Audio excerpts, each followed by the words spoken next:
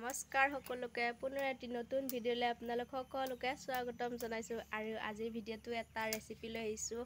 আৰু ৰেচিপিটোত কি বনাম আপোনালোকক দেখুৱাম গতিকে আপোনালোকে ভিডিঅ'টো শেষলৈকে চাই থাকিব আৰু ৰেচিপিটোত আছে এইফালে আছে আজি সৰু মাছৰ সৈতে আদা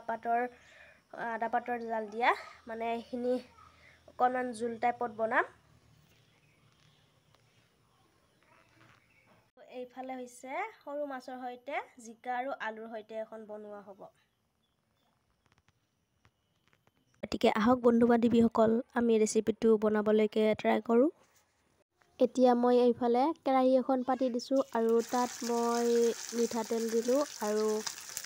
মাছখিনি মই নিমখ আৰু হালধি সানি লৈছোঁ আৰু এয়া মই তেলত এতিয়া মাছকেইটা ফ্ৰাই কৰিব ওলাইছোঁ আনফালে আকৌ মই কেৰাহী এখন পাতি তাত মিঠাতেল দি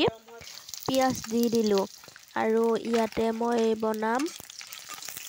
আদাৰ পাতৰ সৈতে জাল দিয়াখন অকণমান ৰঙা হোৱাৰ পিছত মই ইয়াতে দি দিছোঁ আলুকেইটা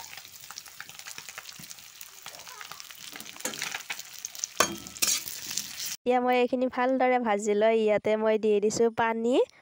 আৰু পানী নিদিয়াৰ আগতে মই দিব লাগিছিল হালধিখিনি কিন্তু মই হালধিখিনি দিবলৈকে পাহৰি গ'লোঁ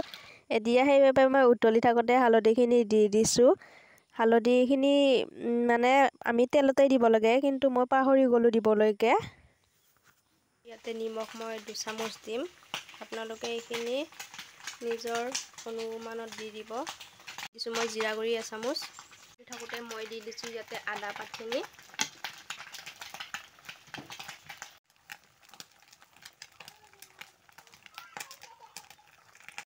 আৰু এয়া হৈছে আমাৰ সৰু মাছৰ সৈতে আদা পাত জাল দিয়া আৰু এতে উতলি থাকোঁতে মই দি দিলোঁ ইয়াতে সৰু মাছকেইটা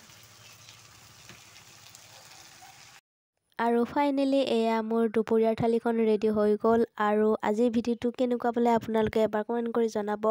আৰু যদিহে মোৰ চেনেলৰ পৰা আপোনালোকক এনেধৰণৰ ৰেচিপি ভিডিঅ' লাগে তেনেহ'লে এবাৰ কমেণ্ট কৰি জনাব মই আপোনালোকক ৰেচিপি ভিডিঅ' দিবলৈকে ট্ৰাই কৰিম আৰু আজিৰ ভিডিঅ'টো মোৰ ইমানেই আছিলে অন্য এটা ভিডিঅ'ত আকৌ লগ পাম বাই বাই